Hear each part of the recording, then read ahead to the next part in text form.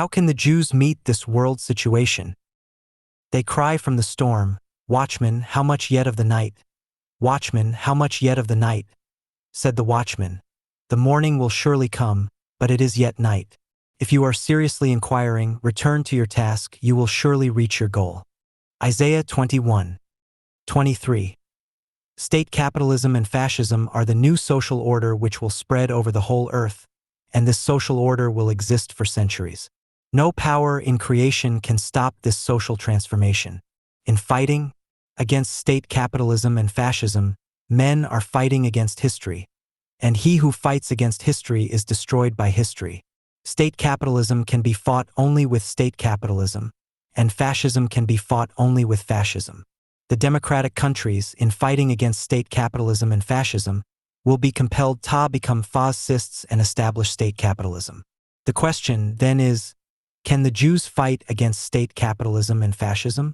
Can the Jews rely upon the existing democratic countries?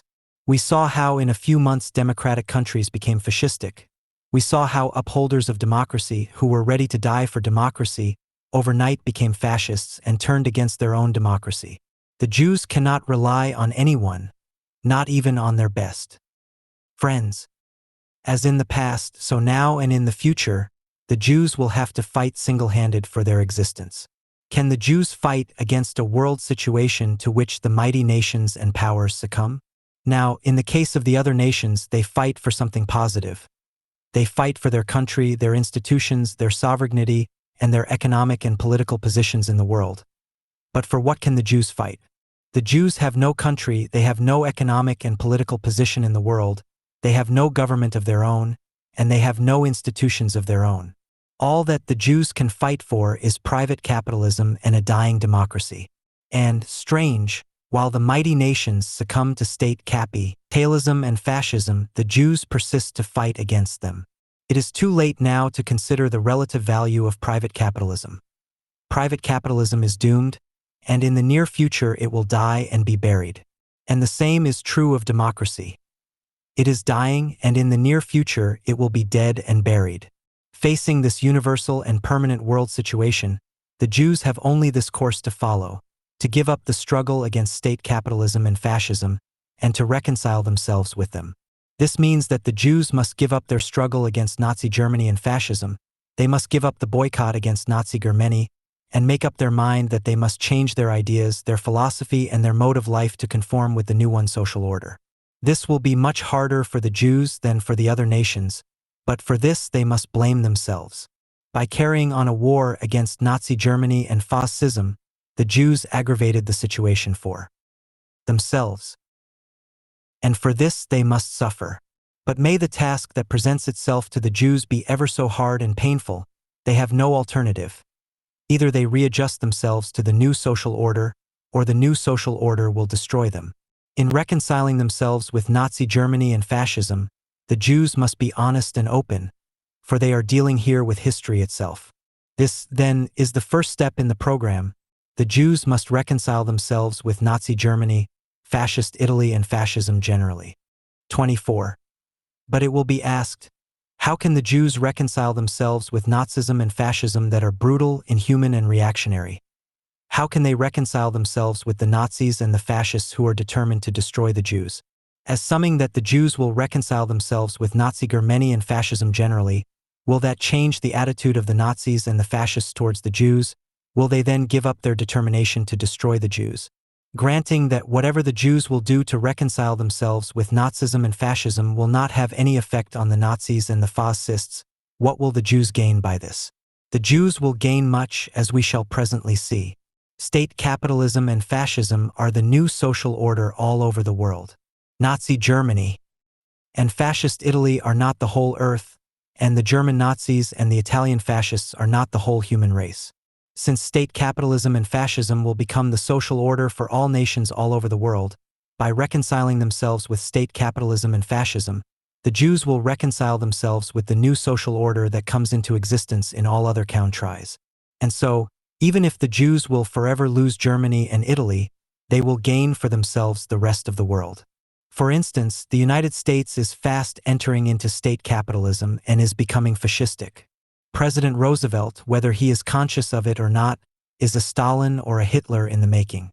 In the event of a national emergency or war, which is bound to come in the near future, it is inevitable that Roosevelt, or whoever may be then president, will assume dictatorial power, and he will become a dictator like Stalin or Hitler. This is inevitable. What are the Jews to do? Fight against this inevitability? This will be suicide. The only course that Jews in this country can rationally follow is to recognize this inevitability and accept it. For instance, it is likely that President Roosevelt will be required by the Democratic Party to serve a third term.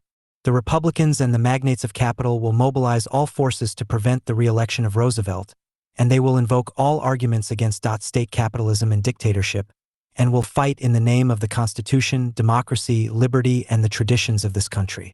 Notwithstanding all this, Roosevelt will be again re-elected, and it will be of infinite benefit to this country that he be re-elected, for this reason. Roosevelt has grown up with the new tendency in social evolution. He has the confidence of the majority in this country. He has behind him the working class and the tens of millions that depended on relief. If he is re-elected, the process of social transformation can so continue, and in a peaceful manner we may bring about this transformation. But suppose that a Republican should be elected president. By the very nature of the case, he will be compelled to make a radical change. He will be compelled to stop relief altogether or greatly to reduce it. He will be compelled to put a check upon the trade unions. All this he will be able to do, but he will not be able to find employment for the millions that are unemployed. He will not be able to find employment for the billions of dollars that lie idle. He will not be able to regenerate the economic system resting on private capitalism, and he will not be able to revive business and to restore prosperity. What, then, will be the result?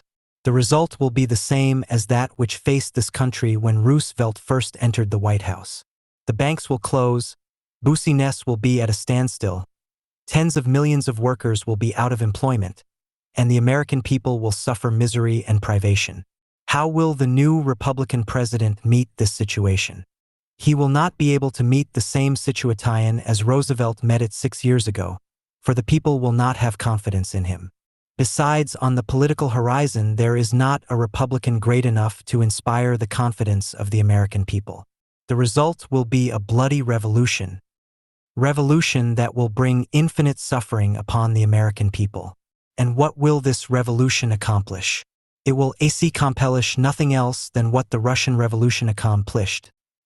The result will be state capitalism and fascism. Since state capitalism is inevitable, whether it comes with or without a revolution, it is rational that we accept state capitalism and fascism without a revolution. It therefore follows that the Jews should support Roosevelt and his measures that are in the direct tie-in of state capitalism and fascism. And what is true in this country is equally true of all other countries. Since the Jews will identify themselves with the new social order, the other nations will rather welcome the Jews.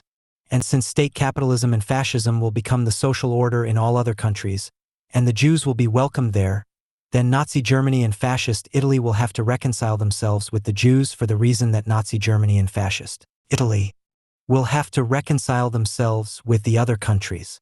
25. Any new social order that has to overcome an existing decaying social order necessarily meets with violent opposition, and for this reason the new social order must be violent itself. State capitalism and fascism must be violent, since it meets with violent opposition from the upholders of the present social order. And since the Jews are opposed to the new social order, and the Jews are helpless, it is natural that the violence of the new social order should affect the Jews first. But in proportion as the new social order becomes established, in that proportion the necessity for violence diminishes, and the new social order becomes rational and humane. In time the Stalins and the Hitlers will pass away, and together with them will also pass away their ideology and their violence. A new generation will come that will no longer harbor the illusions and the ambitions of the present Stalins and Hitlers, and will want to live in peace and enjoy the goodwill of others. When nations are at war with one another, they hate one another, and they endeavor to destroy one another. At this time, each nation cannot find words enough and croupound enough to express their hatred and contempt for the other nation. We saw this in the recent world war. But when the war is over, peace is established, and a few years pass away, and these nations forget their former hatreds and their bitter words. And so it is in this case. Now that the Nazis and the fascists are fighting for the new social order, the Nazis and the fascists hate the Jews and all those that are opposed to the new social order. But let the new social order be established, then the hatred and violence will disappear. Hence, while during the rage of the violent hurricane that sweeps over the world the Jews will suffer, when the rage of the hurricane will subside the Jews will no longer suffer. The Jews will adjust themselves to the new social order, and the upholders of the new social order will adjust themselves to the Jews. 26. There is another aspect of the matter that we must consider.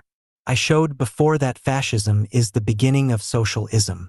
Socialism was the dream and hope of the working class, and socialism was expected to be a social order resting on reason, justice, democracy, and humanity. But we see that socialism in its realization turned out to be the opposite. It is opposite not only in Nazi Germany but also in Soviet Russia. How can this be explained? This question touches a deep aspect of his story. I must begin by referring to another case. In ancient times, when a man was murdered, the next of kin of the murdered person were under the duty to avenge the murder, to find the murderer and to kill him, for murder could not be left unavenged. But, in avenging the murder, the avengers themselves became murderers. In turn, the avengers of the first murderer were themselves murdered by the next of kin of the first murderer. And so, once a murder was committed, and an endless chain of murders followed, one murder gave birth to numerous murders, and this continued from generation to generation. How could this be stopped? There was only one way. It could be stopped only by the state assuming the burden of becoming a murderer.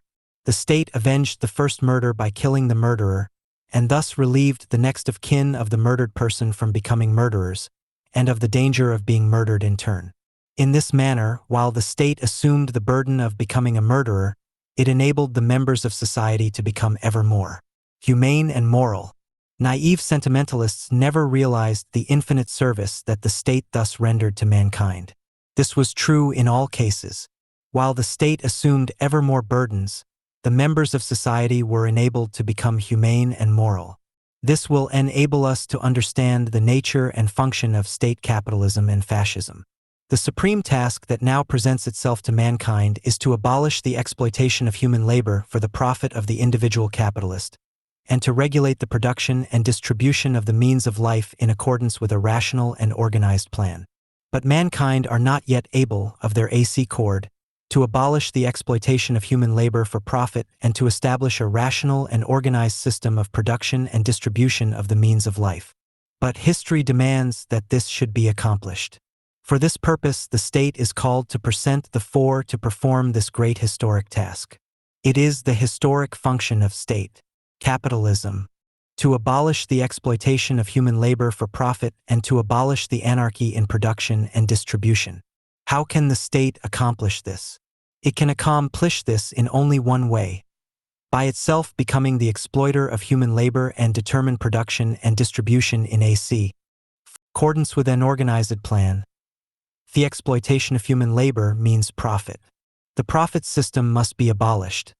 But, since mankind are not yet prepared for a profitless system, the state must exploit for profit. Hence the state now steps into the shoes of the private capitalists, the state exploits the work ing class, and the state appropriates the profits from that exploitation. And, while the state is the exploiter and the appropriator of all profits, the members of society are freed from the necessity and deprived of the incentive to exploit human labor for profit. Since the state must perform this function in the face of universal opposition, the state must become fascistic and despotic. Exploitation was always cruel and despotic, but so long as the private capitalists had the privilege to exploit human labor and to tyrannize over the workers, so long the private capitalists did not regard exploitation and dictatorship as evils. But now that the state assumes this function, the private capitalists condemn state capitalism and fascism.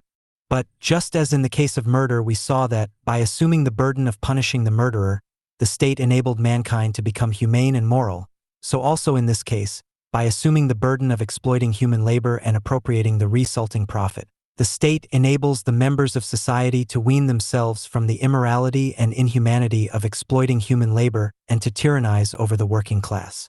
When, at last, mankind will completely wean themselves from this pernicious habit, when they will become morally autonomous, so that of their own accord they will no longer want to exploit human labor, and they will not want to dictate to others, only then will all exploitation and dictatorship be done away with. And then, also, mankind will fully realize that state capitalism and fascism have rendered to mankind an infinite service. Not state capitalism and fascism are to be blamed, but we are to be blamed. That we cannot utilize all our great achievements in a rational, just and humane manner. The very fact that we cannot yet have socialism and that we must have state capitalism, this fact shows how immature we are. We brought out a mechanism of production and distribution which can meet all requirements of mankind, and there is no longer any need for struggles, wars, and revolutions. And yet we are so far behind our material achievements that we will rather perish through wars and revolutions than use our mechanism of production and distribution rationally and enjoy the good of life at our command. Since we are still so immature, we must bear the consequences. If we do not accept state capitalism and fascism, we will be forced by history back to barbarism. Let the barbarians go back to barbarism, but the Jews are not barbarians and they cannot go back to barbarism. For the Jews there is only one course open, namely, to accept state capitalism and fascism. 27. But I am told, now that in the democratic countries the indignation of the Christians has been aroused against the barbarities of the Nazis in Germany, now that the American people are becoming anti-fascistic, is this the time for the Jews to proffer reconciliation to the Nazis and fascists? My answer is this: it is right and proper for the Christians to rise in indignation against the barbarities of the Nazis and the fascists, for these barbarities are a disgrace to the Christians and Christianity.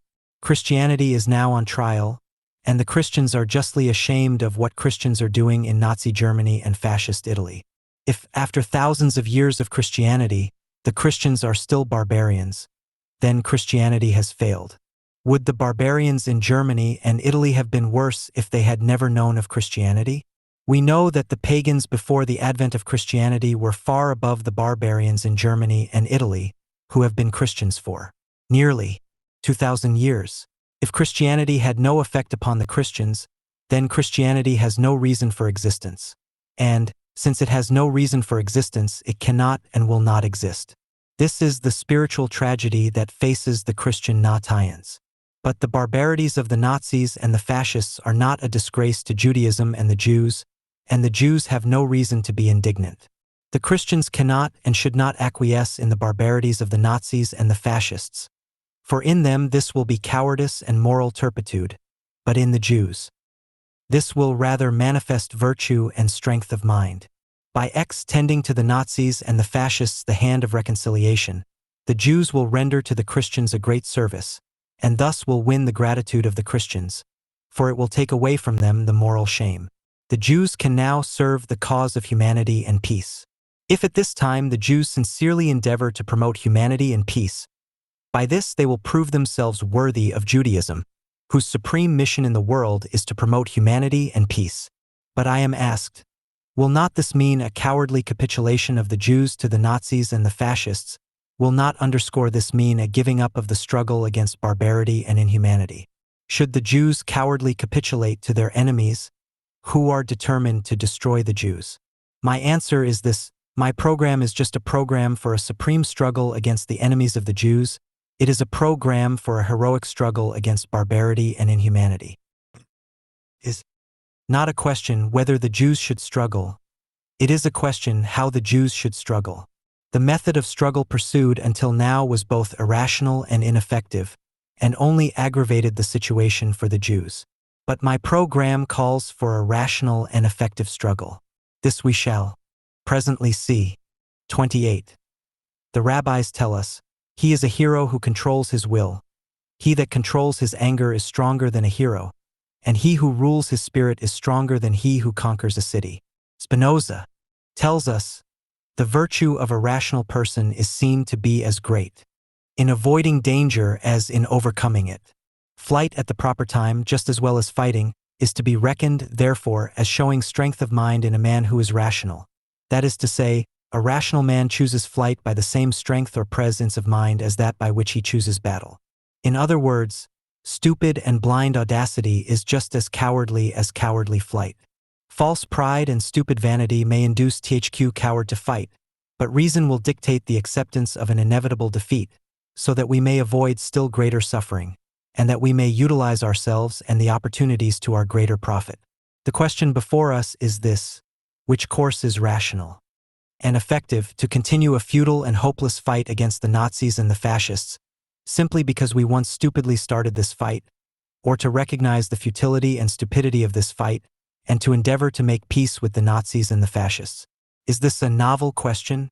Throughout past history, mankind had to answer this question an infinite number of times, and the Jews themselves had to answer this question many times. Shakespeare said, "He who fights and runs away will live to fight another day." Consider but two historic events which we witnessed only 20 years ago. The Germans conquered the Russians in the recent World War, and at the Brest-Litovsk peace treaty Lenin advised to submit to a most humiliating peace treaty. The Germans, in their arrogance, imposed a most inhuman and humiliating peace treaty upon the Russians. And yet, what was the result? In a short time, the Russians cleared Russia of the Germans and the peace treaty disappeared. Later, the Allied powers similarly imposed upon the Germans a humiliating and cruel peace treaty. Well, where is that treaty now?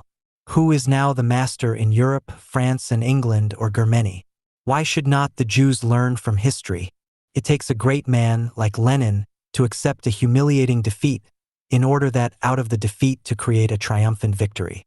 Unfortunately, the Jews do not have such a great leader as Lenin was, and this is the tragedy of the Jews. I ask the Jews in this country, suppose they were in Germany, what would they do? Would they fight the Nazis? Would not the proud Jews in this country, like the Jews in Germany, submit to the Nazis? But the Jews in this country say, it is different for them here. Here they must fight the Nazis and the fascists. Yes, it is different for the Jews in this country, for the Jews in this country are secure and safe, and the fight against the Nazis and the fascists does not cost much, and it does not involve any risk or danger. Oh, what heroes the Jews in this country are! The Jews in this country boycott German goods. What a terrible deprivation this is to the Jews. Do they miss the German goods? In this blessed country, the richest and most bountiful country, one can live 1,000 years and enjoy the greatest abundance of the gifts of nature and the products of human labor, without missing one single article produced in Germany. Is this a struggle? Is this a fight? Only stupid babies living in the nursery can in their stupid imagination magnify this stupidity into the semblance of a heroic fight. This is not a struggle. It is a cowardly capitulation to vanity and stupidity. But what the Jews overlook and they refuse to recognize is that by this stupid boycott they aggravate the position of the Jews in Germany. In their vanity and stupidity, the Jews in this country do not realize how inhuman and cruel it is to sacrifice the Jews in Germany in order to satisfy a stupid and insane vanity. The Jews in this country cackle about self-respect and Jewish honor. What self-respect and honor do these Jews have? Is this self-respect and honor to sacrifice 500,000 Jews in Germany for the sake of false pride and stupid vanity? What moral cowardice this is! These Jews call my program a cowardly capitulation to the Nazis and the fascists. Well, let these Jews try to overcome their false pride and stupid vanity. Will they find it to be an easy task? But my program calls for just this, to overcome the false pride and stupid vanity that dictated the policy of the Jews until now. Let the Jews come out from their nursery, and let them face the reality and act rationally. 6 years passed since the Jews outside of Germany declared war against Nazi Germany and fascist Italy. The Jews will never admit that the recent pogroms had much to do with their stupid boycott. If, instead of wasting valuable time on a futile and hopeless struggle, the Jews had used these years for constructive work to help the Jews in distress, infinitely more good would have been accomplished. Hatred cannot be overcome by hatred. And, since the Jews want peace, they should be the first to endeavor to secure peace. The Jews must endeavor to understand Nazism from the Nazi viewpoint and fascism from the fascist viewpoint. Self-preservation and self-interest should dictate to the Jews this policy. This course is as effective practically as it is morally justified. 29. But suppose that the Jews changed their attitude towards the Nazis and the fascists. Suppose that the Jews made an honest and sincere attempt to make peace with the Nazis and the fascists. And suppose that, notwithstanding all this, the Nazis and the fascists will not change their attitude towards the Jews. Suppose that the Nazis and the fascists will persist in their determination to destroy the Jews. What will the Jews accomplish? The Jews will accomplish a moral and historic victory over the Nazis and the fascists. The Jews will justify themselves before mankind, before posterity, and before history. We must not forget this. A nation may become insane, but it cannot remain insane all the time, for then it will perish. Next, though one or two nations may become insane, mankind cannot and will not become insane. Under the stress of exceptional circumstances, a nation may become inhuman and brutal, but a nation cannot long remain inhuman and brutal, for it will be destroyed. We are now passing through an unusually trying period, but it will not last long. Whatever may be the outcome of the impending world struggles, mankind will regain their sanity and their moral nature. And before that humanity, the Jews will justify themselves, if they themselves act rationally and morally. The Jews can afford to be magnanimous and just even to the Nazis and the fascists. Now that the democratic countries are preparing themselves for a struggle with the fascist countries, now is the proper time for the Jews to bring to mankind the message of peace. It is not for the Jews to foment strife and to inflame the passions for war. But all this requires a strength of mind and a moral virtue which infinitely transcend the pretended virtue of fighting a stupid and hopeless fight. Hence, it will not lie in the mouth of anyone to say that my program is a defeatist program. On the contrary, my program is a program of supreme effort and heroic struggle, because it is a struggle against ourselves, against our own false pride and vanity. Are the Jews ready to take up this heroic struggle? If so, they will overcome their enemies. The Jews will overcome their enemies by converting them into friends. Suppose you and I were bitter enemies of each other. Suppose that openly and honestly I endeavored to reconcile myself with you. At first, you would say that I was a hypocrite and you would suspect that I was schem. Inkto doyu harm. Beautify honest lindo penli endeavored to reconcile myself with you. You would be compelled to change your attitude towards me. Perhaps you would never like me, but you would not continue to hate me. Your hatred would lose the reason for its existence, and it would wear off. It is the same with the Nazis and the fascists. If the Jews honestly and openly made peace with the Nazis and the fascists, no matter what at first the Nazis and the fascists would say about the Jews, in time the Nazis and the fascists would change their attitude towards the Jews. And even if the Nazis and the fascists would never like the Jews, they could not continue to hate them, and in time their hatred would wear off. Hence, from whatever angle we view the problem before us, the solution is the same. The Jews must give up their struggle against Nazism and fascism. They must reconcile themselves with the Nazis and the fascists, and they must have confidence in mankind and in history. 30.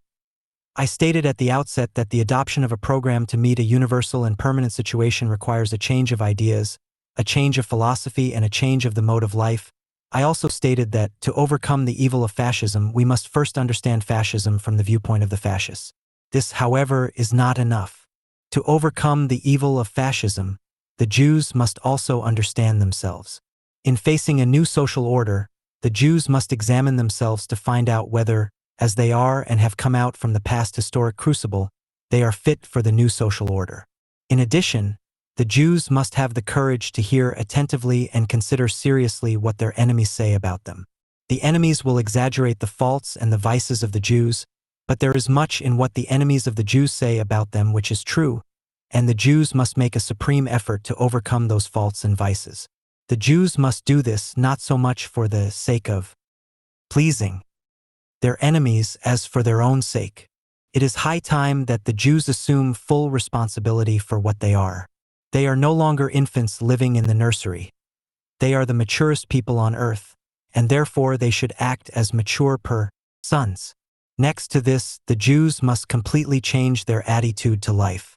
In what this consists, we will see later. So much for the economico-political aspect of the world situation that faces the Jews. And now we will take up for consideration the biologico-cultural aspect of the world situation. The biologico-cultural aspect And I will make of thee a great nation, and I will bless thee, and make thy name great, and be thou a blessing. And I will bless them that bless thee, and him that curseth thee will I curse. And in thee shall all the families of the earth be blessed. Genesis 12. For all the land which thou sayest, to thee will I give it, and to thy seed forever. And I will make thy seed as the dust of the earth, so that if a man can number the dust of the earth, then shall thy seed also be number-bared. Arise, walk through the earth in the length of it and in the breadth of it, for unto thee will I give it. Genesis 13. And Aaron cast down his rod before Pharaoh and before his servants, and it became a serpent. Then Pharaoh also called for the wise men and the sorcerers, and they also the magicians of Egypt, did in like manner with their secret arts. For they cast down every man his rod, and they became serpents. But Aaron's rod swallowed up their rods. Exodus 7. And they hired Balaam against the children of Israel to curse them. Howbeit our God turned the curse into a blessing. Nehemiah 13:31. In speaking of the economico-political world situation that faces the Jews and mankind generally, I spoke of fascism as comprehending Nazism and communism, signifying the political form of state capitalism. But now that I come to speak of the biologico-cultural aspect of the world situation, I will speak of Nazism. Nazism is economico-politically fascism, but Nazism is more than fascism. In addition to being the political form of state capitalism, Nazism is also anti-Semitism. The anti-Semitism of fascism is due to Nazism. I will use the term Nazism as comprehending all forms of anti-Semitism. Anti-Semitism is as old as the Jews are. As soon as the Jews appeared on the historic stage, anti-Semitism appeared. Since then, wherever the Jews were and are, and to the extent of their numbers in any country, there was and is anti-Semitism. What is the nature of anti-Semitism? Much has been written about anti-Semitism. Its literature is vast and dates from the remotest antiquity. And yet, if one were to spend years on the study of this literature, in the end he will be no wiser than he was in the beginning. And this for the reason that until now the true nature of anti-Semitism was not understood. Anti-Semitism may appear to be racial, religious, or economic in its nature, but in essence it is infinitely deeper than all that. Anti-Semitism is the mortal dread of Judaism and the Jews. A religion does not fall from the sky, nor does it arise from historic or material conditions. A religion is the manifestation of the soul of a race, of a people. It manifests the destiny of the race or of the people. The destiny is intuitively perceived by the foremost of the race or of the people. And this is the reason why a race or a people rises and falls together with its religion. This means that the race or the people rises and falls with its soul. The Jews differ from all other races and peoples because of Judaism. Judaism differs from all other religions because of Jehovah, and Jehovah differs from all other gods. All other gods dwell in heaven. For this reason, all other religions are concerned about heaven, and they promise all reward in heaven after death. For this reason, all other religions negate the earth and the material world and are indifferent to the well-being and progress of mankind on this earth. But Jehovah comes down from heaven to dwell on this earth and to embody himself in mankind.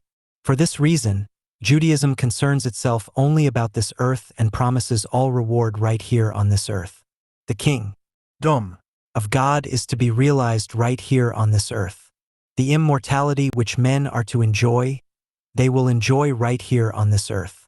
God assumes his holiest name, Jehovah, only on this earth and when embodied in man. This is the reason why Jehovah promised to give this earth an eternal inheritance to those that will identify themselves with Jehovah. All that identify themselves with Jehovah are Jews. They are the children of Jehovah.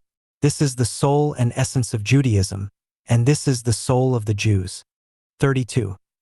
All through the past, the anti-Semites perceived intuitively, though vaguely, that the Jews will inherit this earth, and that all other races will either disappear altogether or they will become Jews and they will together with the Jews inherit this earth. This was the mortal dread of the anti-Semites. It was the dread that is felt by one who faces the yawning mouth of the serpent who is about to swallow him. Judaism appeared to the anti-Semites as a serpent that is about to swallow them. It was not only the dread of death but worse still, It was the dread of being swallowed by the serpent Judaism and be turned into Jews. Every individual being endeavors to persevere in its being. And this is also true of man. Man wants to exist forever, but he wants to exist as he is. For an anti-Semite to be converted into a Jew is worse than death. This seemed to the anti-Semites as being converted into an inferior being, since they regarded the Jews as being inferior to themselves. This was, and is, the mortal dread of the anti-Semites. In the past, the anti-Semites were only vaguely aware of this, but now the anti-Semites have become fully conscious of this. This definite intuition of the anti-Semites of today found a most definite expression in Hitler's work, Mein Kampf. This book contains the philosophy of the anti-Semites. I do not know whether Hitler wrote this book all by himself or others helped him write this, but this is certain. Most of the ideas contained in this book are not original either with Hitler or with the Nazis. Most of the ideas are as old as anti-Semitism is, but Hitler's book is historically significant for the following reasons. First, it contains a most definite expression of the philosophy of anti-Semitism. It most definitely reveals the true nature of anti-Semitism. Secondly, this book has become the Bible of all anti-Semites, and it will have a wide influence upon mankind. It is therefore of vital interest to the Jews to know and understand what this book contains. For this reason, I will consider the philosophy contained in this book. Every system of thought centers around one idea, which is the soul of the whole system of thought. To understand this one idea, it is necessary to know the whole system of thought. But to understand the whole system of thought, we must first understand this one idea. I will therefore begin with this one idea, which is the soul of the Nazi philosophy, and which is now the soul of the philosophy of anti-Semitism. This idea is involved in the nature of Nazism. 33. What is Nazism? Nazism is an imitation of Judaism. Nazism adopted the principles and ideas of Judaism with which to destroy Judaism and the Jews. This alone places Hitler on the same level with Balaam. And, first, we must acquaint ourselves with Balaam. Of all anti-Semites that ever lived, Balaam was the greatest. His greatness is attested in three ways. First, the Bible tells us that Jehovah spoke to Balaam, and that Balaam believed in Jehovah. This alone shows that Balaam was great. The mere fact that Jehovah spoke to Balaam makes him great. Next, the Talmud tells us that Balaam was even greater than Moses. The Bible tells us that among the Jews there never was and never will be a prophet as great as Moses was. The Talmud tells us, among the Jews, but among the other nations there was one that was even greater than Moses, and that was Balaam. The Talmud tells us the reason why Balaam was greater than Moses. When in the last day of judgment Jehovah will judge the nations will say to Jehovah, if thou hadst sent to us a prophet like Moses, we would also have accept thy Torah. To this Jehovah will answer, I sent to you Balaam, who was even greater than Moses, and yet you did not accept my Torah. But the greatness of Balaam appears in the method he used for the purposes of destroying the Jews. Let us consider the facts as told in the Bible. 34. The Jews were approaching the Promised Land. On their way they conquered the nations that warred against the Jews. Now the Jews were near the land of the Moabites, and the Moabites were overcome with dread.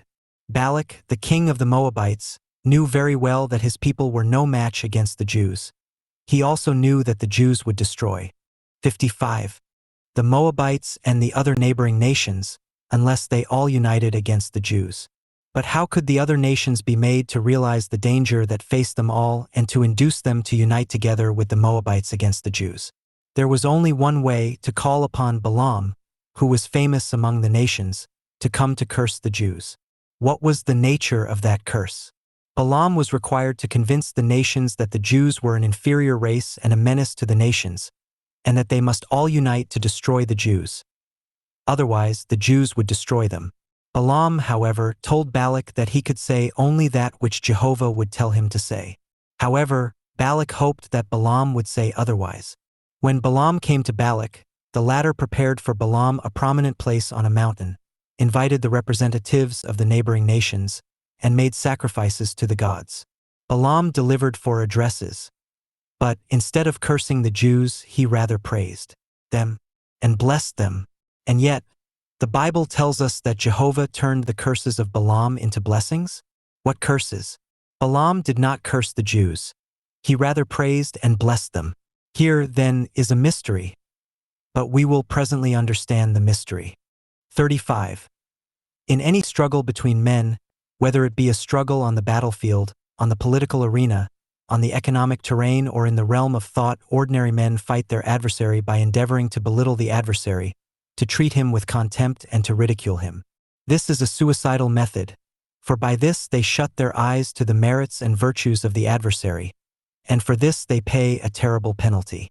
But the great man fully recognizes the merits and virtues of the adversary, endeavors to acquire those merits and virtues, and thus prepares himself to meet the adversary successfully. By this alone we can recognize the great man. This was the method used by Balaam. Because Balaam knew Jehovah, he fully recognized the merits and virtues of the Jews. In the 4 addresses, Balaam sought to convince the nations that, unless they acquired the merits and virtues of the Jews would destroy them.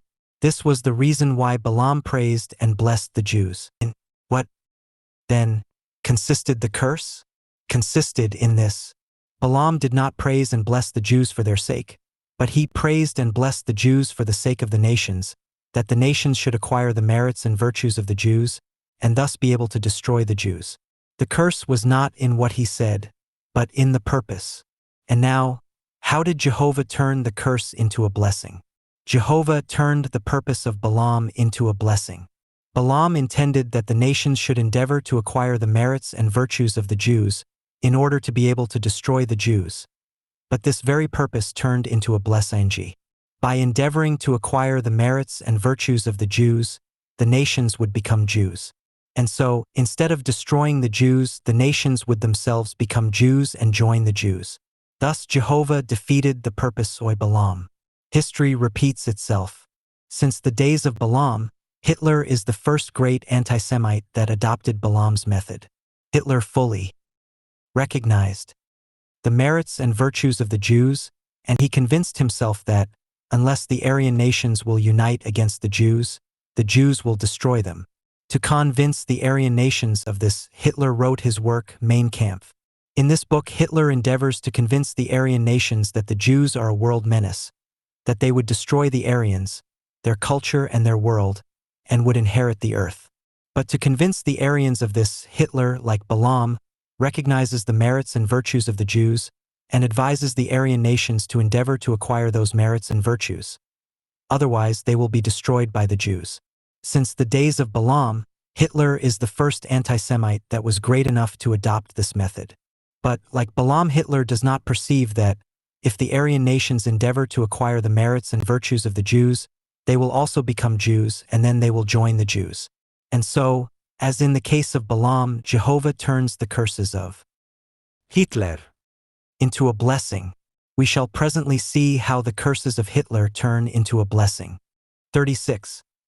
I stated that Nazism is an imitation of Judaism. Nazism adopted the principles and ideas of Judaism with which to destroy Judaism and the Jews.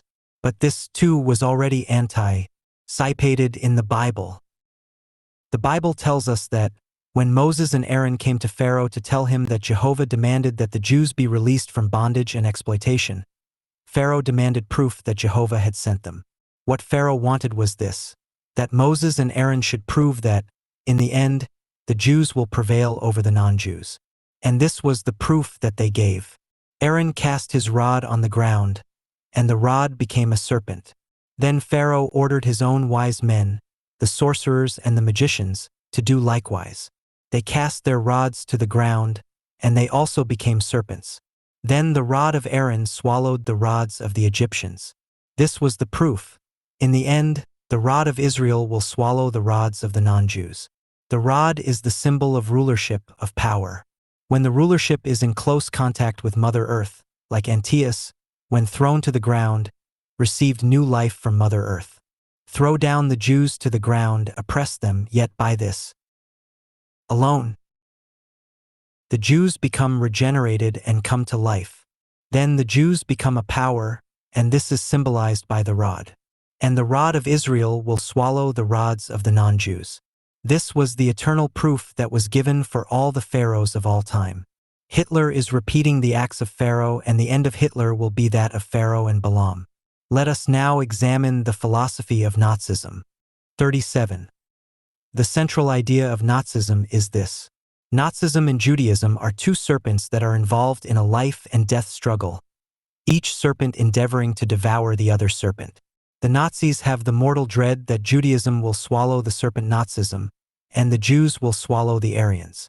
Nazism starts out with this postulate: a world philosophy roots deep in the blood of the race or of the people. Nazism is the world philosophy which roots deep in the blood of the Aryans. Judaism is the highest world philosophy which roots deep in the blood of the Jewish people. A world philosophy, just because it is a world philosophy, endeavors to become the only philosophy in the world, and therefore cannot tolerate any other world philosophy. Since Judaism and Nazism are both world philosophies, neither can tolerate the other, and therefore either philosophy endeavors to destroy the. Since Nazism roots deep in the blood of the Aryans, and Judaism roots deep in the blood of the Jews, it therefore necessarily follows that there must be a life and death struggle between the Jews and the Aryans. On this earth, there is no room for both Judaism and Nazism, and there is no room on this earth for the coexistence of the Jews and the Aryans. If either is to exist on this earth, the other must be destroyed. Since, however, the Aryans are superior to the Jews, since the Aryans are more numerous than the Jews, it follows that it is the supreme duty of the Aryans to destroy the Jews. I call particular attention to this. Hitler positively and emphatically denies that Judaism is a religion. He insists that Judaism is only a world philosophy. We shall see later why Hitler denies that Judaism is a religion, and we shall also see the significance of this. For the present, we shall take the words of Hitler and treat Judaism as only a world philosophy. 38. What is the difference between Judaism and Nazism? According to Hitler, this is the difference. Judaism is Marxism, communism, internationalism, democracy, the equality of the races, nations, and peoples. It strives to realize the universal brotherhood of man and the emancipation of the working class. Nazism is just the reverse. It is state capitalism, dictatorship, nationalism, the supremacy of the Aryans and principally of the German people. It seeks to perpetuate the inequality of races, nations, and peoples and the subordination of the working class to the class of aristocrats. And, though Nazism is just the opposite of Judaism, Nazism adopted the principles and ideas of Judaism. I will explain this later. The supreme mission of the Aryans, and especially of the German people, is to annihilate the Jews and Judaism. When the Aryans will have annihilated the Jews and Judaism, then this earth will be purged of all sins and corruption, and the Aryan race will attain to its highest development. The other races will have to serve the interests of the Aryans, and will have to submit to the rule of the Aryan race. Who, then, are the Jews whom the Nazis are determined to annihilate? According to Hitler and the Nazis, all are Jews who, in the whole or in part, accept the world philosophy of the Jews and Judaism. According to the Nazi philosophy, the following are Jews: Christians, Marxists, communists, internationalists, upholders of democracy, those that believe in the equality of the races, nations, and peoples, who strive to realize the universal brotherhood of man and the emancipation of the working class. And so, the Nazis are determined to annihilate not only the 16 million Jews who regard themselves as Jews, but also the more than 1,000 million non-Jews who, to a greater or lesser extent, have adopted the philosophy of Judaism. And the Nazis regard it their mission and supreme historic task to convince the Aryan nation that they should unite with the Nazis to annihilate all the Jews. By this, Hitler has accomplished a most marvelous historic task. He has converted the Jewish people, consisting of only 16 million Jews, into a mighty nation consisting of more than 1,000 million human beings. And, while before it seemed that the 200 million Nazis and fascists had an easy task, namely, to destroy only 16 million Jews, now they are confronted with the impossible task of annihilating more than 1,000 million Jews. We shall see later that the task which faces the Nazis is even greater, for we shall see later that, not only is it inevitable that the rest of mankind will become Jews, but also that the Nazis themselves will be compelled to become Jews. Hitler and the Nazis perceive this, and this is the reason why they are terrified by the mortal dread and foreboding that, in the end, they will be destroyed by the Jews. This mortal dread and insane fear drive the Nazis to despair, and they lose their reason. Terror drives them to risk all in order to accomplish their purpose. And, if the Nazis have to perish, they are determined to drag down the whole human race to destruction. It is this mortal dread that makes of the Nazis sadists and beasts. But it is all in vain. In the end, Judaism and the Jews will triumph over all their enemies. And so, while fight against Judaism, the Nazis in fact fight against Nazism. And, while fighting against the Jews, the Nazis are fighting against themselves. This gives you an idea of the nature of the struggle. It is not a struggle for political supremacy or economic advantages, but it is a struggle for life. We shall see later that the Nazis truly sense the world situation. Let us hear what Hitler tells us. In his work, Mein Kampf, he tells us the following. I quote from the official and unabridged Original, published in 1938 at München. I give the pages of the quotations. It is certain that the world approaches a great transformation. And the only question is this: will this transformation turn out to the happiness, heil of Aryan humanity, or to the benefit of the eternal Jew? 475. The question of the future of the German nation is the question of the annihilation of Marxism. 171. b. All through the long periods of human history, I searchingly reflected on the influence of the Jewish people. The terrible question occurred to me, perhaps for reasons which are not revealed to us miserable men. The inscrutable destiny by an eternally immutable decree awarded the final victory to this small people. May it not be that to this people that always lived for the earth, as a reward for it this earth will be awarded? Triumphs the Jew with the aid of Marxian creed over the nations of the world. Then his crown will be the wreath for dead mankind. And this planet, as for millions of years before, will pull through the ether devoid of mankind. Eternal nature inexorably avenges the violation of her laws. And so I believe now to act in accordance with the intention of the Almighty Creator. And while I fight against the Jew, I battle for the Lord. 69-70. c. While I deepen myself into the doctrine of Marxism, and in calm clarity I considered the influence of the Jewish people, destiny gave me the answer. The Jewish doctrine of Marxism denies the principle of natural aristocracy, and, instead of the eternal principle of power and strength, it places the mass of numbers and its dead weight. By this, it denies in man the dignity of personality, it combats the significance of nationality and race, and so takes away from mankind the presupposing reason for its existence and its culture. If this law were the foundation of the universe, it would put an end to all humanly conceivable order.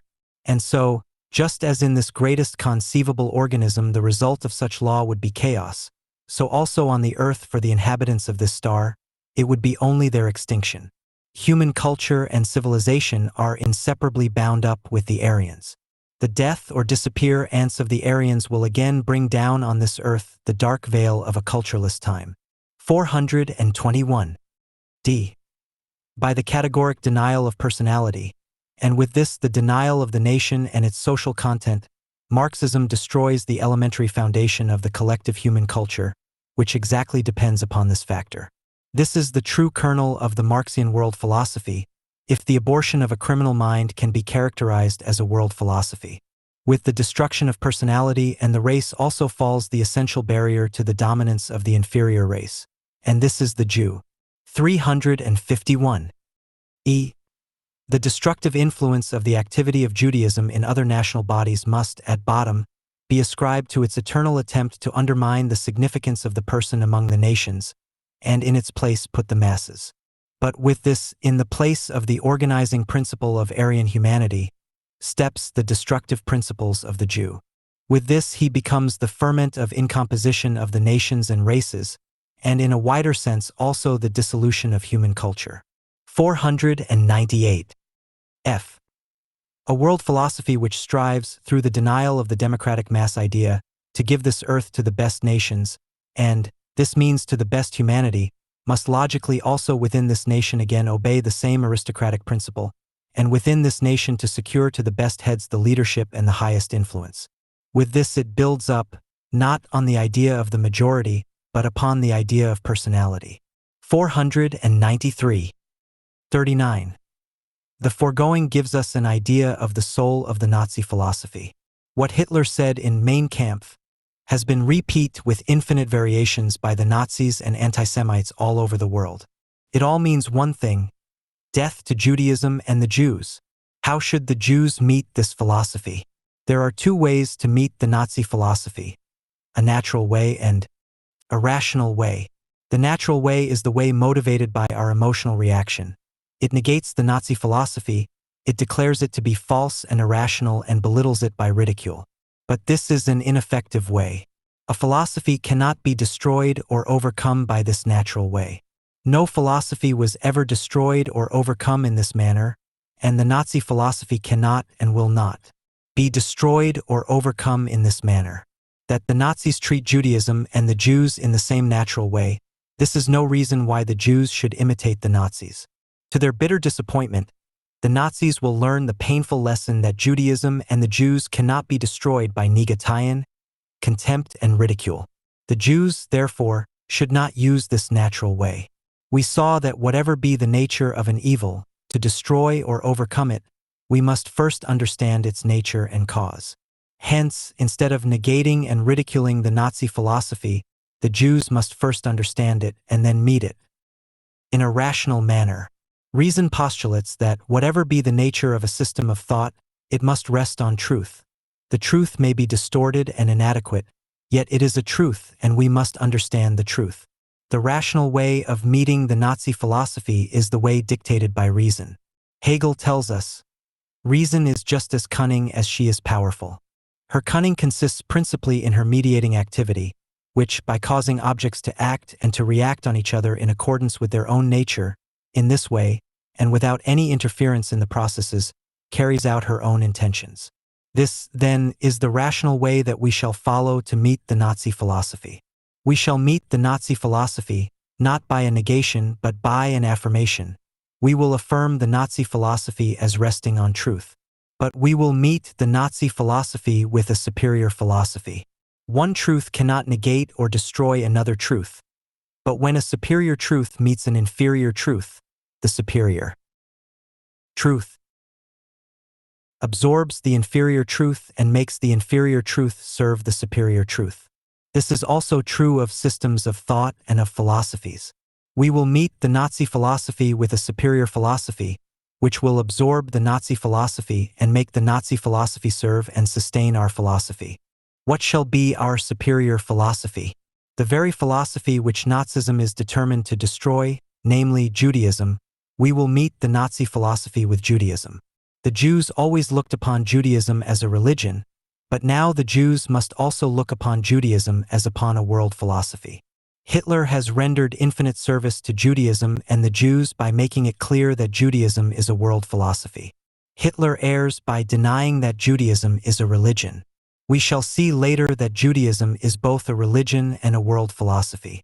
But for the present we will regard Judaism as a world philosophy, and for this alone the Jews should be grateful to Hitler, for we shall presently see that this is of great historic significance. Since Nazism is determined to destroy Judaism, since, as we shall presently see, Judaism is infinitely superior to Nazism, it follows that Judaism will overcome and absorb Nazism. Since Judaism roots deep in the blood of the Jews, while Nazism roots deep in the blood of the German Aryans, the Jews will overcome and absorb the German Aryans. Judaism has no need to fight against Nazism, and the Jews have no need to fight against the Nazis, for Judaism is superior to Nazism, and the Jews are superior to the Nazis. This, as we shall presently see, the Nazis themselves recognize. We shall see that Nazism is nothing else than an imitation of Judaism. Nazism adopted the principles and ideas of Judaism. Likewise, the Nazis are trying hard to imitate the Jews. The Nazis are then confronted with this alternative. If they succeed to acquire the merits and virtues of the Jews, the Nazis will become Jews. On the other hand, if the Nazis fail to acquire the merits and the virtues of the Jews, they will disappear from the stage of history. The whole Nazi philosophy is fully conscious of this truth. And Nazism, more than any other system of thought, sustains Judaism and the Jews. This is the way Jehovah turns the curses of the Nazis into blessings for the Jews. 40. The Nazis and the fascists number hundreds of millions of human beings. They have countries, they have armies and navies, they have economic and political power. On the other hand, The Jews are small in number, scattered over the earth. Everywhere they are a small and helpless minority asterisk, and yet, notwithstanding asterisk all this, like the Moabites of yore, the Nazis and the fascists have the dreadful foreboding that, in the end, the Jews will triumph. Why have they this dreadful foreboding? And here is a remarkable fact. Throughout the past, the Jews were small in number, and they were always surrounded by powerful enemies that sought to destroy the Jews, and yet the powerful enemies feared the Jews. Why was this so? Here is the answer. Some trust in chariots and some in horses, but we will trust in Jehovah our God. They are bowed down and fallen, but we are risen and stand upright. Jehovah will help us, the King will answer in the day that we call. Psalms XX. Why have Hitler and the Nazis the terrible foreboding that the Jews will triumph? This is due to the nature of Judaism. We saw that Judaism is Christianity, Marxism, communism, internationalism, democracy, the equality of the races, nations, and the people, the universal brotherhood of man, and the emancipation of the working class. Judaism has already on its side more than half of the human race, and in due time it will have on its side the whole human race. Judaism will win. The human race not by the might of the sword but by truth and spirit. In declaring war against the Jews, the Nazis and the fascists declared war against the human race. This is the reason why Hitler and the Nazis have the terrible foreboding that their struggle will be in vain. Not the Jews fear the Nazis, but the Nazis fear the Jews. Since the Jews are the masters of the situation, they can well afford to examine the Nazi philosophy in a rational manner. 41.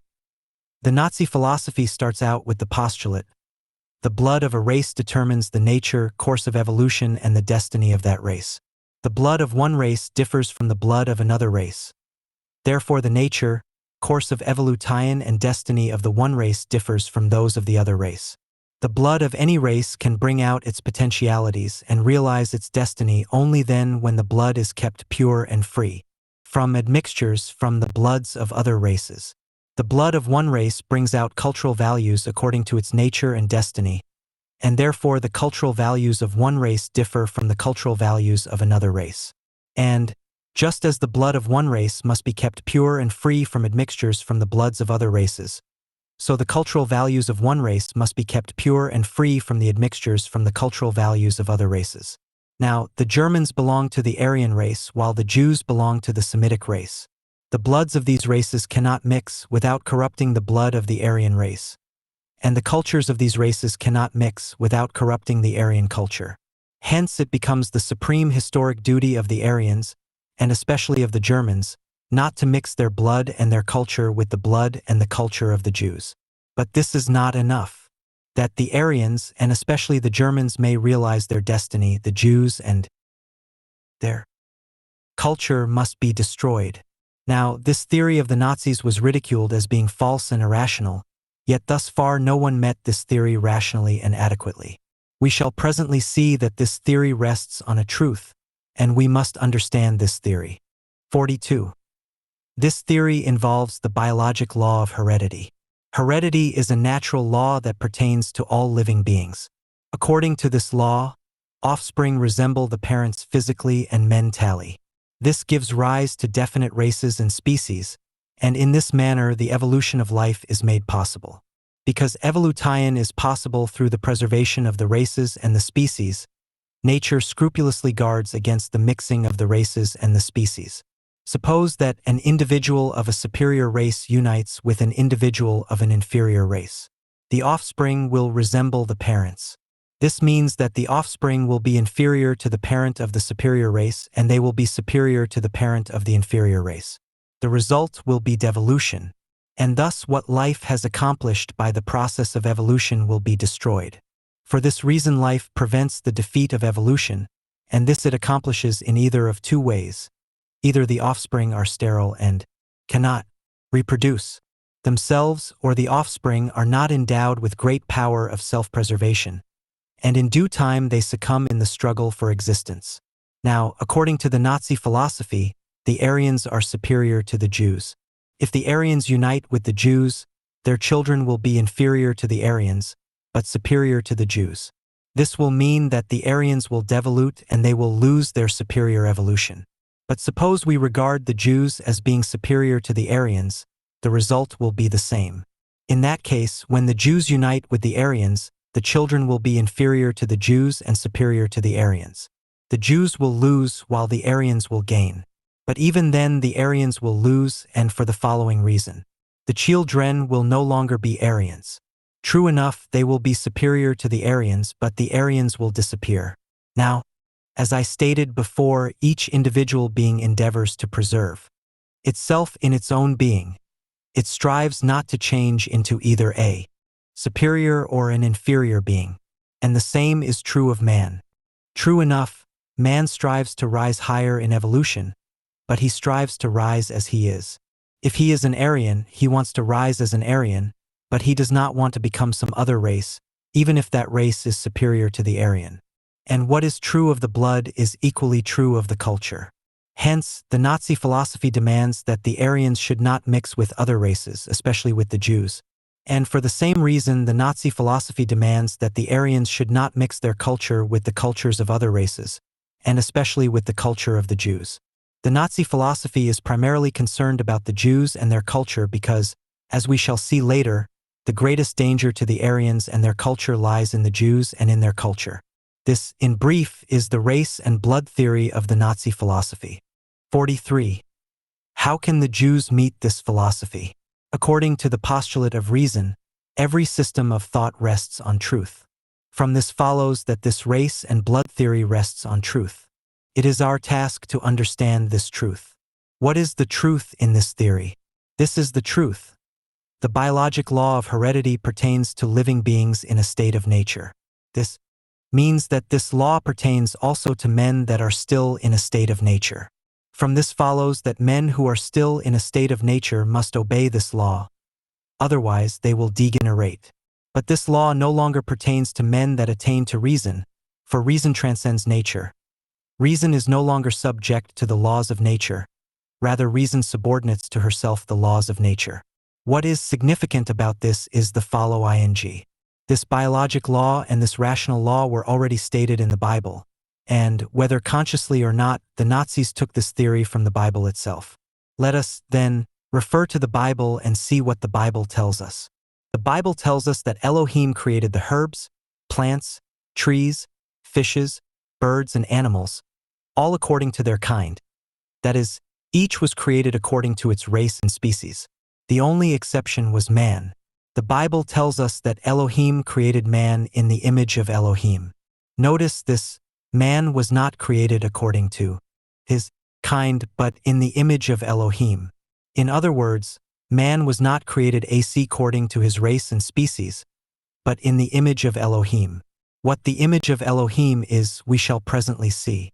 Now, the Nazi philosophy constantly speaks of blood, blood, blood, and blood again, and yet the Nazi philosophy does not tell us what blood is, and this for the simple reason that the Nazi philosophy does not know what the blood is. Here, again, we must go to the Bible, for the Bible and the Bible only knows what blood really is. Every moving thing that liveth shall be for food for you. As the green herb have I given you all.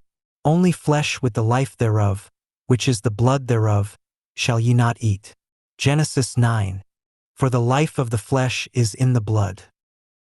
For as to the life of all flesh, the blood thereof is all one with the life thereof. Therefore ye shall eat the blood of no manner of flesh, for the life of all flesh is the blood thereof. Leviticus 17. I call attention to the following. The Bible used the term nephesh, which is translated life. Nephesh is life, but it is more than life. For life, the Bible has a definite word, haim. But the term nephesh also means life. What is this nephesh? Man is a trinity, consisting of nephesh, ruach, and neshama. Nephesh is the soul in its primordial and most implicit form. It is the life in the blood. Ruach is reason, and neshama is the intellect. Until man attains to reason, he is still a natural being, a mere animal. Only when he attains to reason does he attain to his true nature. Until then, man is only an animal. Take away from man reason, and he becomes an animal. The soul of man is the essence of man. His body and mind are only means through which the soul functions in this material world. The soul goes through an evolution. It begins as nefesh, when the soul is wholly implicit and embodied in the blood. Thus far, man is still an animal. Then the soul becomes ruach, which is reason. The soul then becomes explicit and conscious of herself, and only then does man attain to his human nature. The ruach resides in the brains. Finally, the soul becomes neshamo, the intellect. In this state, the soul attains her highest state of self-consciousness and explicitness.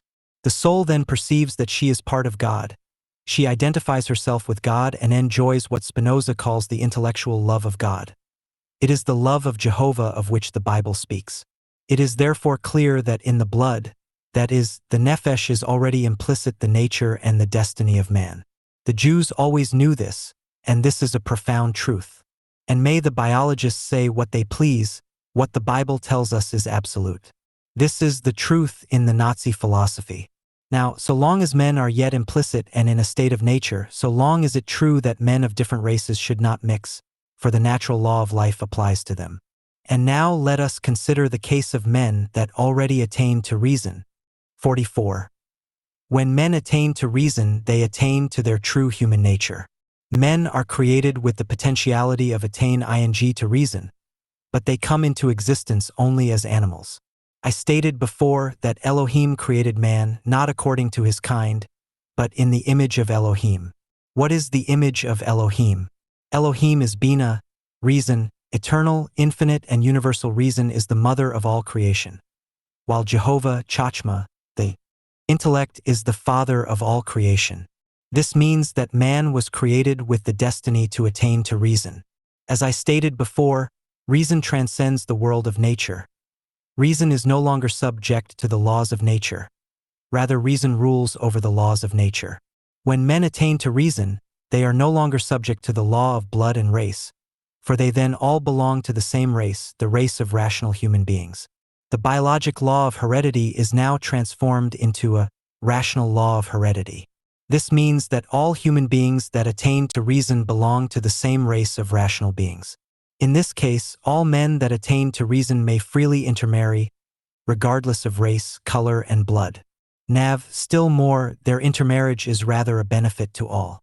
Reason is universal as well as transcendental. It not only transcends nature, but it universalizes nature. All natural differences and distinctions are then overcome. Hence, the natural law of blood and race no longer applies to men that attain to reason. This is confirmed by the universal experience of mankind. All religions, philosophies, ideas, and ideals that originated in reason never attached any importance to race, color, and blood.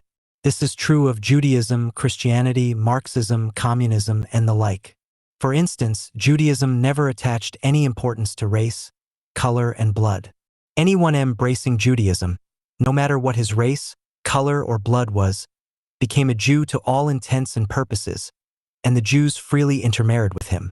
The same is true of Christianity, of Marxism, of communism, and of all ideas and ideals originating in reason.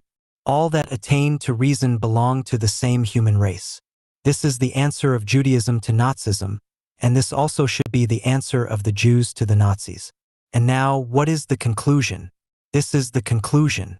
The fact that the Nazis still cling to the natural law that applies to animals, that they still dread the mixing of their blood with the blood of other races. This fact shows that the Nazis are still animals. The Nazis have not yet attained to reason, and this means that they have not yet attained to their human nature. Since the Nazis are still animals, it is true that to them the natural law of life applies, and no one should blame them for holding fast to this. But what is most remarkable is this. The Nazis imagine that they discovered this law of blood, and do not get tired of speaking about blood. And yet, this law of the blood was known to the Jews for more than 4,000 years. And what a difference! The Nazis talk about blood without knowing what it is. But the Bible reveals to us the profoundest secret of the nature of blood. In connection with the blood theory, there is a corollary drawn by the Nazis. As is known, Marx based his historic philosophy upon the class struggle. The Nazis deny the class struggle, but instead recognize the race struggle. The Nazis pride themselves that they discovered this law of the race struggle. And yet, even the law of race struggle was discovered by a Jew Ludwig Gumplowitz, and from this Jew the Nazis borrowed the theory. What a misfortune! For the blood theory, the Nazis were compelled to go to the Bible, and for the theory of race struggle, they were compelled to go to a Jew. As we proceed, we shall see that Nazism is only an imitation and perversion of Judaism. And this is the great tragedy that is in store for the Nazis. The Nazis will feed so long on the principles and the ideas of Judaism that they will become Jews. No greater tragedy can be conceived. 45. There is also an internal aspect of the blood theory which the Nazis borrowed from the Jews. Since in the blood is the soul in her implicit state, it follows that the purity of the blood is an essential condition to the full development of the soul. By the purity of blood, the Jews always understood the purity from loose sexuality. The Jews never attached any importance to race, color, and blood, because the Jews attained to reason. But the Jews were exceptionally strict in maintaining the blood pure. Judaism imposed upon the Jews a very rigid discipline with relation to sex. No matter to what race, color, or blood a person belonged, if a Jew married that person, the sex relations between them was pure. Prostitution was never an institution among the Jews, and adultery was rare among the Jews. Hitler himself tells us, in the Jews the virtue of self-preservation is the highest development. It is higher than in any other race or people. He ascribes this exceptional virtue of self-preserva tie-in in the Jews to the fact that they did not intermarry with other races.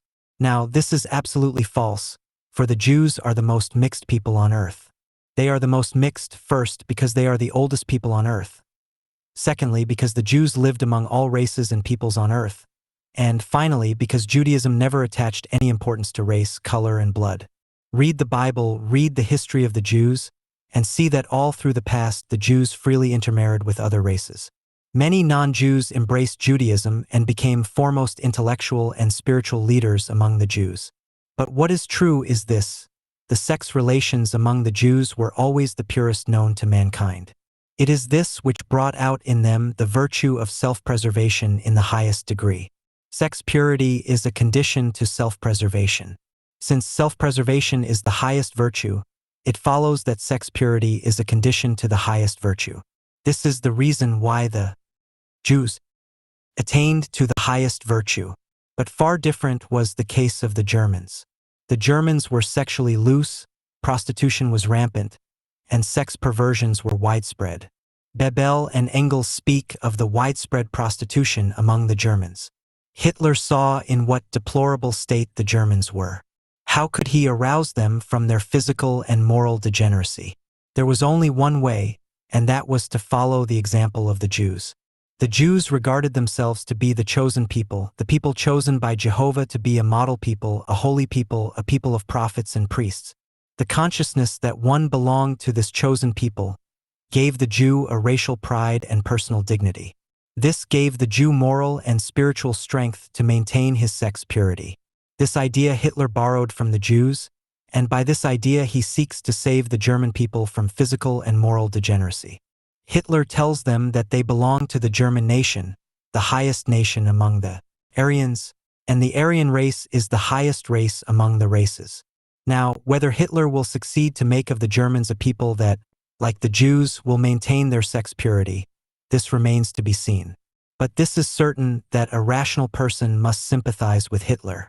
This is especially true of the Jews. The Jews must be both proud of the fact that Hitler borrowed this idea from the Jews, and also that Hitler endeavors to make of the Germans a regenerated people. May all the nations copy the example of the Jews and become regenerated. But while the Jews can maintain their sex purity, irrespective of race, color, and blood, because the Jews already attained to reason, the Germans cannot maintain their sex purity irrespective of race, color, and blood, because the Germans have not yet attained to reason. It is for this reason that the Nazi philosophy most strenuously guards the Germans against mixing with Jews, because the Germans are strongly inclined to intermarry with the Jews. The German women want to marry Jews because the Jews make the best husbands, the best fathers, and the best providers. Again, the Germans are anxious to marry Jewish women, because, as the Bible tells us, the Jewish women are spirited and lively. The Jewish women are the most loyal and make the best mothers. By this vigilance against the Germans marrying the Jews, the Nazis fully recognized the superiority of the Jews. If, indeed, the Jews were inferior to the Germans, as the Nazis tell us, they would not have to take such drastic measures, and they would not have to be always on guard to prevent the Germans from marrying the Jews.